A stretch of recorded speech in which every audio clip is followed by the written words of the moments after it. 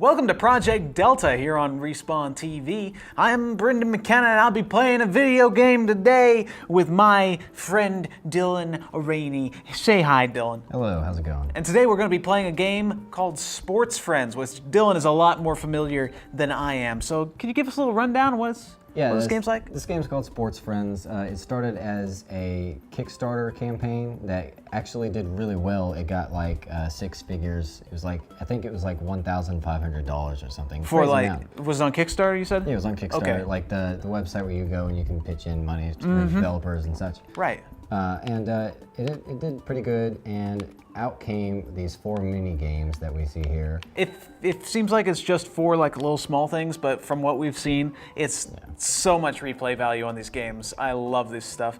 Now, we are going to play mainly Bara Berry Ball and Super Pole Riders, because Joust involves some stuff that would be a little more off camera, and Hokra is a 4-player only game. So do you want to start with Super Pole Riders? Yeah, let's start with that, Super Pole Riders. All right, let's go. So the main point of this game is that you need to use a pole that you have to knock a target that's on a wire above you into a score goal at the other end. Do you want to go to Calgary? Let's try Dakla. Okay.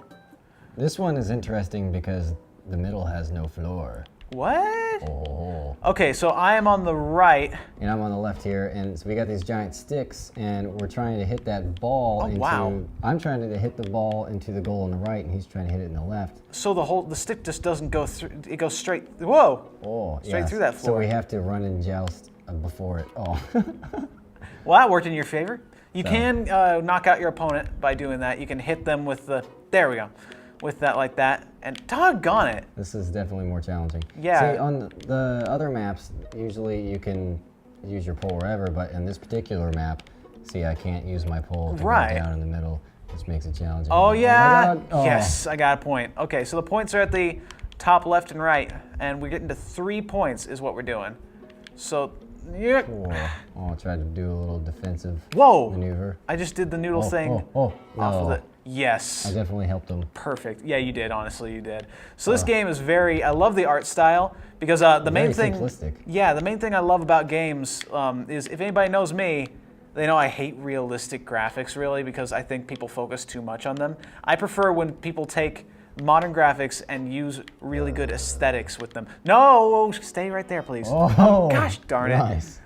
They use great aesthetics, and that's what this game does. It really knows how to use the aesthetics of the game art to make it look unique. Because let me tell you, when you look back at a game 10 years from now or something, no, stop it. No! Oh, no! Yeah. Okay, 2-2. If you look at a game that was like 10 years old or something, and then you look to a game, like 2 games, one being realistic graphics, one being aesthetic graphics, which is like emphasizing the art style more, you will think that the aesthetic art style graphics are more modern. Like, they will look better to you. Yeah. They've mentioned, I believe it was, you nearly caused my own death. That was awesome.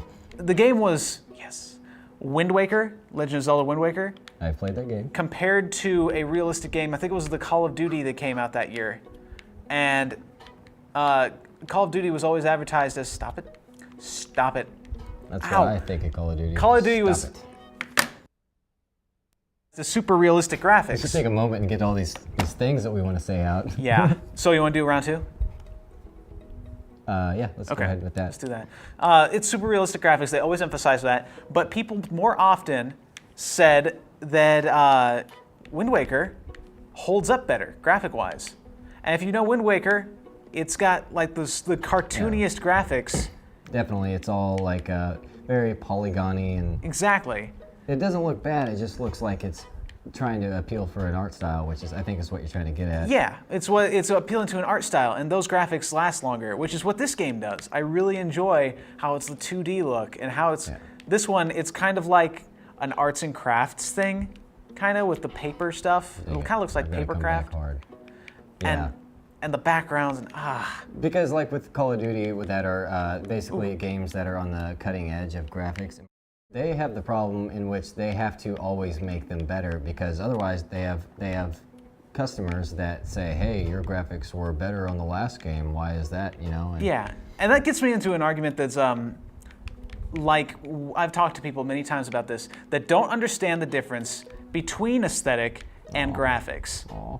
So there we go. Dang. Sweet. You're about to kill me. You're about to land right on my head. So that was, you won the first one, I won the second one. So we're gonna take this to Bara Berry Ball, the second game, to get the absolute winner here. Yeah, so that was two wins for both of us. So Right. So the idea of BBB, Bara Berry Ball, is you choose a player here, and you have to get. I like Joshy. And I like 7 or whatever. Not 7, 8, 9.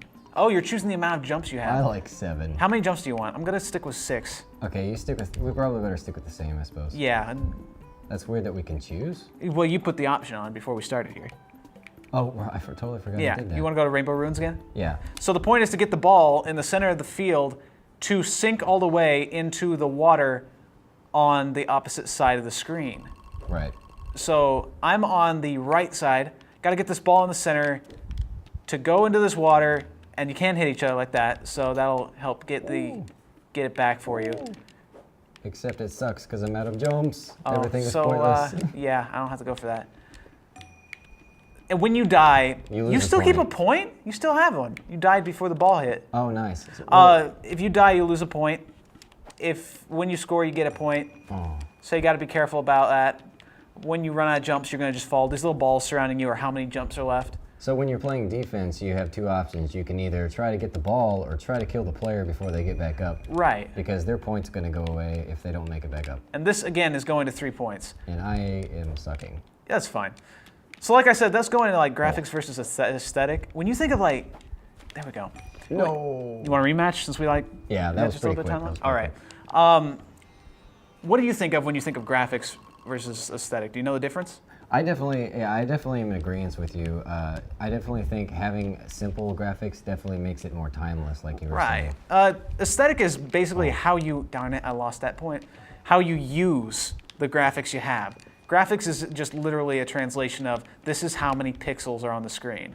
So it's not a translation of how good it is, like how good the graphics That are. was yellow. That's just how many polygons you can use for a character. Yeah.